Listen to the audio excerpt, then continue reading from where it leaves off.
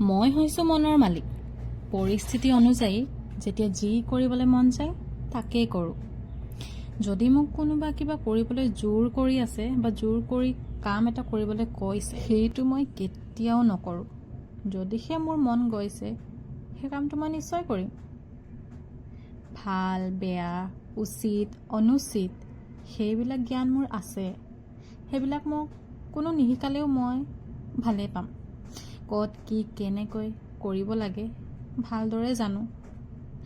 আৰু মই ইমান কামেদি নহয় দেই যে ৰাতিপুৱাৰ পৰা কাম কৰি কৰি কৰি গধূলি কৰি দিম। কিন্তু ইমানো এলেহুৱা নহয় যে ঘৰৰ কাম সেইভাগেই থাকিবলৈ দিম।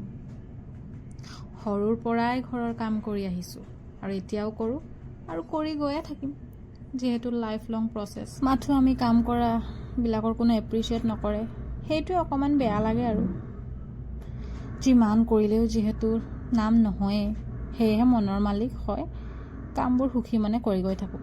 এনেও নামটো কেতিয়াও নহয় নে কি কয় ৰাইজ?